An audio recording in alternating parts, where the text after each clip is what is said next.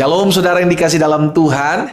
Bersyukur karena hari ini saya dapat kembali menyapa setiap umat Tuhan dimanapun Bapak Ibu Saudara berada melalui program Bible and Coffee. Saudara dikasih dalam Tuhan, melalui program ini saya kembali mengajak setiap umat Tuhan untuk mengingat betapa Tuhan itu baik. Sama-sama bilang sama saya, sekalipun keadaan sedang tidak baik-baik saja, tapi saya bersyukur Tuhan Yesus tetap Tuhan yang baik. Amin saudara. Kita percaya pribadi Tuhan tidak dapat diubah oleh keadaan dan situasi yang terjadi hari-hari ini. Dia tetap Tuhan yang baik dulu, sekarang, dan sampai selama-lamanya. Itu sebabnya Alkitab jelas mencatat Yesus Kristus tetap sama dulu, sekarang, dan sampai selama-lamanya. Kalau kemarin Tuhan tolong kita, maka hari ini pun Tuhan pasti tolong kita. Hari depan pun Tuhan pasti tolong kita. Bagian kita yang pertama, jangan pernah menyerah, tetap andalkan Tuhan. Yang kedua, terus perbanyak memegang janji firman Tuhan, perbanyak dan memperkatakan janji Tuhan. Dan yang ketiga, teruslah hidup dalam ucapan syukur. Saudara yang dikasih dalam Tuhan, melalui program Bible and Coffee ini, saya kembali mengajak setiap kita umat Tuhan dimanapun Bapak Ibu Saudara berada, untuk kita sama-sama kembali merenungkan firman Tuhan. Kita berdoa, kita datang sama Tuhan. Bapa Surgawi, kami mengucap syukur karena hari ini adalah hari yang Tuhan jadikan buat setiap kami. Kami berterima kasih buat setiap keberkatan firman Tuhan. Tatkala kami merenungkan firman-Mu, kami bersyukur ada tuntunan, ada arahan, ada pimpinan karya firman-Mu yang akan membawa kami masuk dalam rencana dan rancangan Tuhan yang sempurna. Hamba berdoa biarlah firman yang akan kami dengar ini Tuhan tolong agar kami mengerti. Karena kami percaya ketika kami mengerti kebenaran, maka kebenaran itu memerdekakan kami. Di dalam nama Tuhan Yesus Kristus kami berdoa. Haleluya. Amin, amin. Puji Tuhan. Saudara yang dikasih dalam Tuhan, Tuhan sampaikan melalui Yeremia kepada bangsa Israel, bangsa yang pada saat itu terkenal tegar tengkuk, keras kepala, susah diatur, ya kan?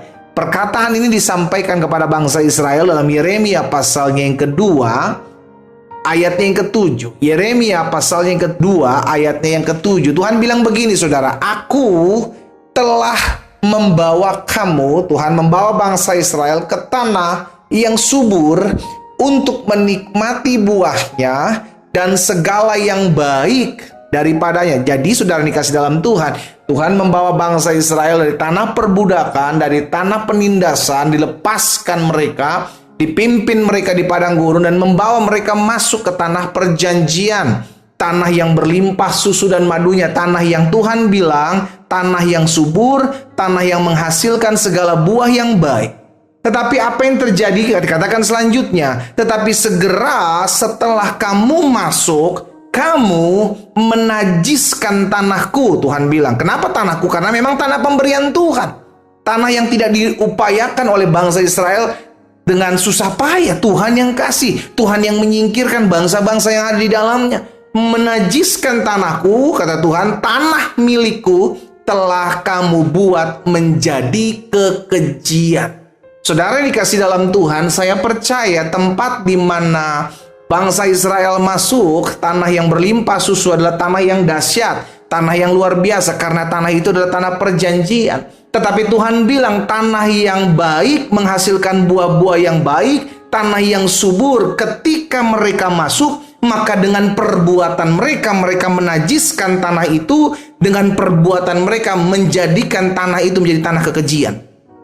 Jadi saudara yang dikasih dalam Tuhan, tempat di mana saudara dan saya dititipkan Tuhan di muka bumi ini, baik dalam keluargamu, dalam tempat engkau berbisnis, dalam engkau bekerja, dalam engkau belajar, tempat di mana engkau berumah tangga, please jangan najiskan tempat kediaman. Karena tempat yang baik yang dalam pemberian Tuhan dititipkan dalam hidup kita, ketika dengan perbuatan kita menajiskan tempat itu, mungkin kita menajiskan rumah tangga kita dengan perzinahan, kita menajiskan usaha dagang pekerjaan kita dengan kecurangan, dengan korupsi, maka tempat itu, tanah itu, tempat di mana Tuhan titipkan saudara dan saya berada, menjadi tempat yang najis, tempat yang keji, Tuhan bilang. Kenapa? Karena dengan perbuatan kita.